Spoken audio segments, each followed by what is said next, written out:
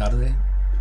Vamos a seguir adelante con nuestro discipulado para nuevos creyentes, y en esta ocasión vamos a continuar con la lección del testificar. ¿Por qué debemos de dar testimonio los cristianos? ¿Por qué debemos testificar? Vamos a empezar haciendo una oración. Bendito sea tu nombre, Señor. Te alabamos y te bendecimos y te damos gracias por haberte conocido, Señor, por haber salido a nuestro encuentro, Dios mío, y haber cambiado nuestras vidas.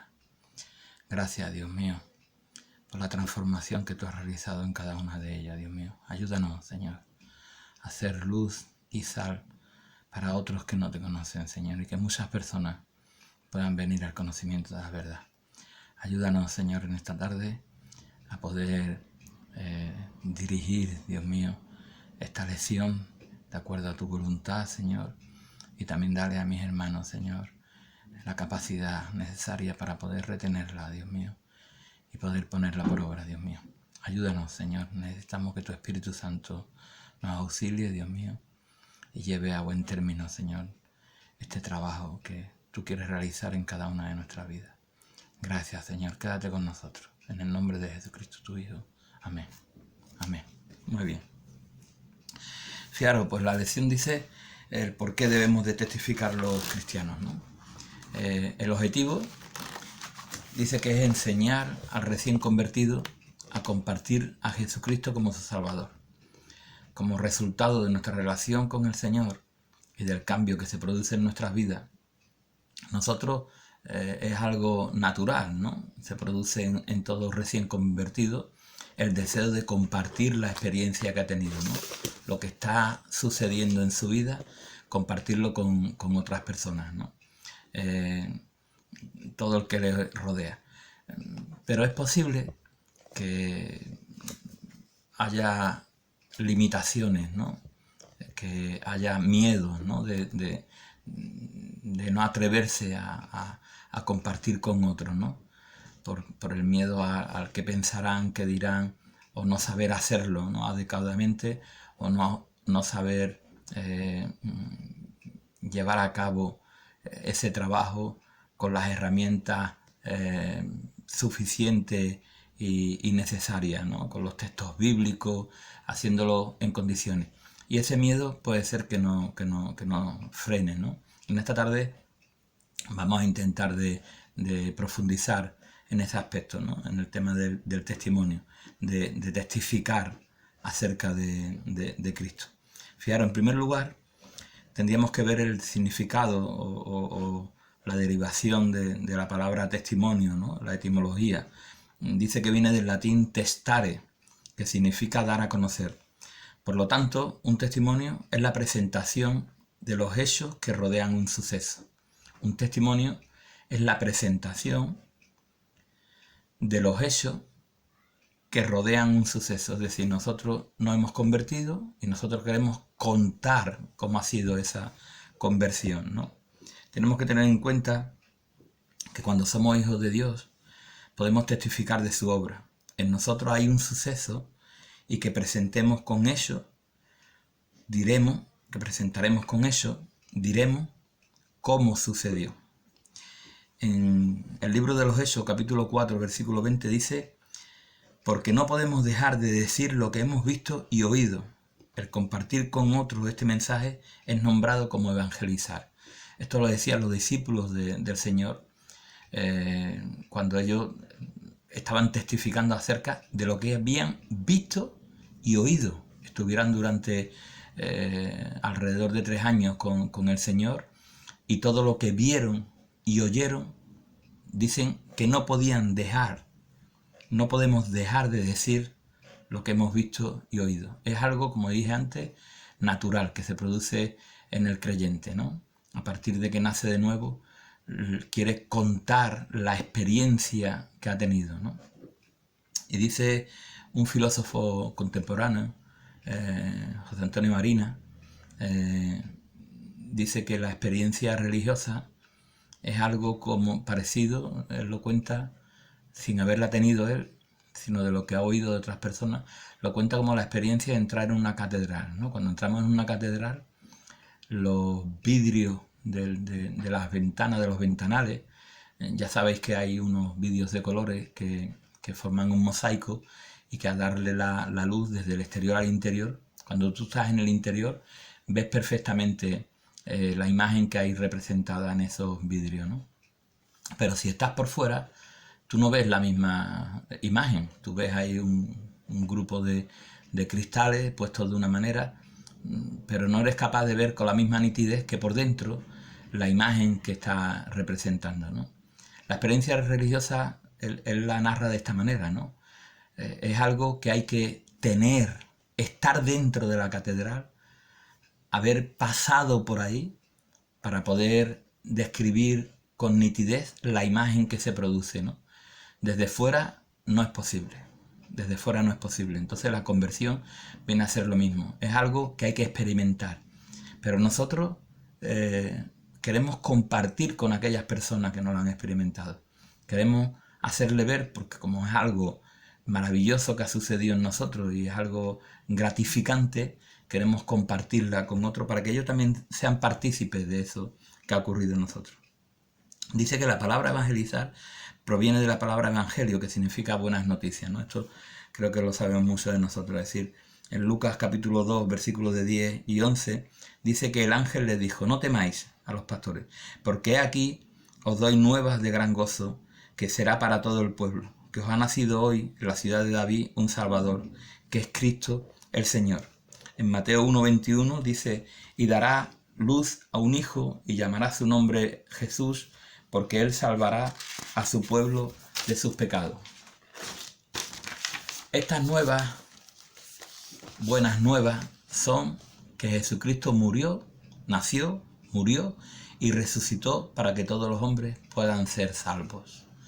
Cuando testificamos debidamente lo que Cristo ha hecho en nuestra vida, obedecemos a nuestro Padre y además nosotros mismos somos edificados con este hecho.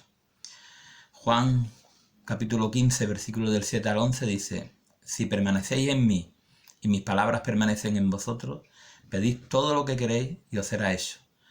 En esto es glorificado mi Padre, en que llevéis mucho fruto y seáis así mis discípulos. Como el Padre me ha amado, así también yo os he amado. Permaneced en mi amor. Si guardáis mis mandamientos, permaneceréis en mi amor, así como yo he guardado los mandamientos de mi Padre y permanezco en su amor. Estas cosas os he hablado para que mi gozo esté en vosotros y vuestro gozo sea cumplido. En 1 Corintios capítulo 15, versículo 58 dice: así que, hermanos míos amados, estad firmes y constantes, creciendo en la obra del Señor siempre, sabiendo que vuestro trabajo en el Señor no es en vano.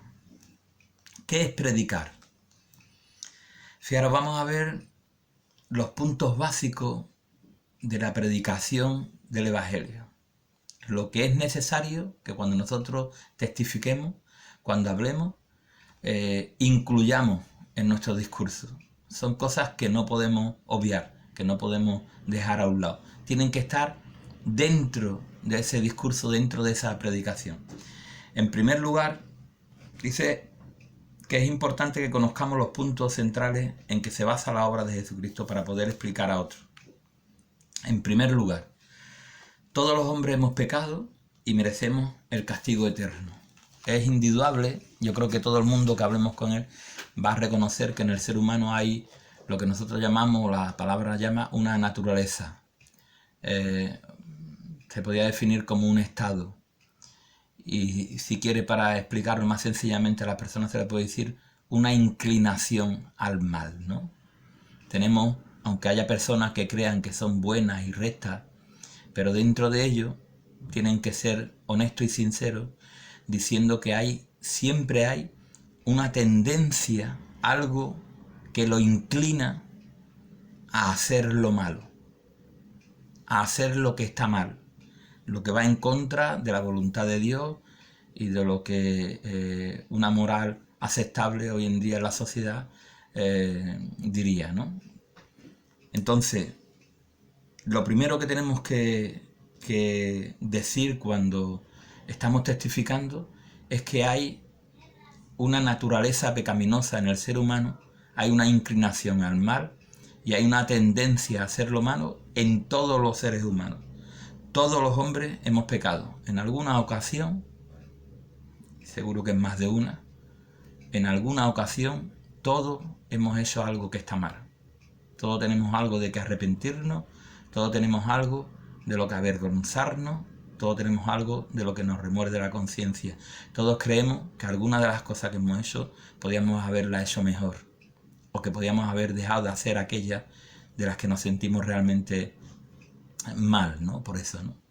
Todos los hombres hemos pecado y por consiguiente, según la palabra, merecemos el castigo eterno. Porque si desobedecemos a Dios en uno solo de sus mandamientos, en una sola ocasión, ya somos merecedores del castigo eterno. Está escrito en Romanos capítulo 3, versículo 10, como está escrito, no hay justo ni aún uno. En el 3.23 del mismo Romano dice, por cuanto todos pecaron y están destituidos de la gloria de Dios. Y en el 6.23 dice, porque la paga del pecado es muerte, mas la dávida, el regalo, el don de Dios es vida eterna en Cristo Jesús, Señor nuestro. Eso en primer lugar. La persona a la que le estamos hablando tiene que llegar al convencimiento, que eso dice la palabra, que es obra del Espíritu Santo, es el que convence de pecado. La persona se dará cuenta de que es verdad, de lo que nosotros le estamos diciendo es algo que es verdadero, ¿no? Ocurre en su vida. Queriendo hacer lo bueno, se halla en muchísimas situaciones en que termina haciendo lo malo, ¿no? Y si eso es así, ¿qué solución hay para todo eso? Pues fijaros, en segundo lugar, Dios ama a todos los hombres, a pesar de ser pecadores, a pesar de fallar, a pesar de nuestra condición, Dios nos ama. En Juan 3.16, versículo fundamental y muy conocido, dice que porque de tal manera amó Dios al mundo, que ha dado a su Hijo unigénito, para que todo aquel que en él crea no se pierda, mas tenga vida eterna. En este versículo se concentra todo el mensaje de salvación, ¿no? A pesar de esa condición, como decía antes, Dios ama a los pecadores. En Romanos capítulo 5, versículo 8 dice, mas Dios muestra su amor para con nosotros en que siendo aún pecadores, Cristo murió por nosotros. En 1 Juan capítulo 4, versículo 8 dice, el que no ama no ha conocido a Dios, porque Dios es amor. Esa es su esencia. La esencia de Dios es amar, ¿no? Así que sí, en segundo lugar, Dios ama al ser humano, independientemente de la situación en la que esté, en la condición en la que esté. Ese amor va a dar como resultado lo que hemos dicho en los anteriores versículos, que Jesucristo murió por nosotros llevando el castigo que merecíamos. Es decir, Dios va a buscar una salida para esta tesitura en la que nos encontramos. Somos pecadores, por tanto merecemos el juicio eterno, el castigo eterno, el juicio y el castigo eterno.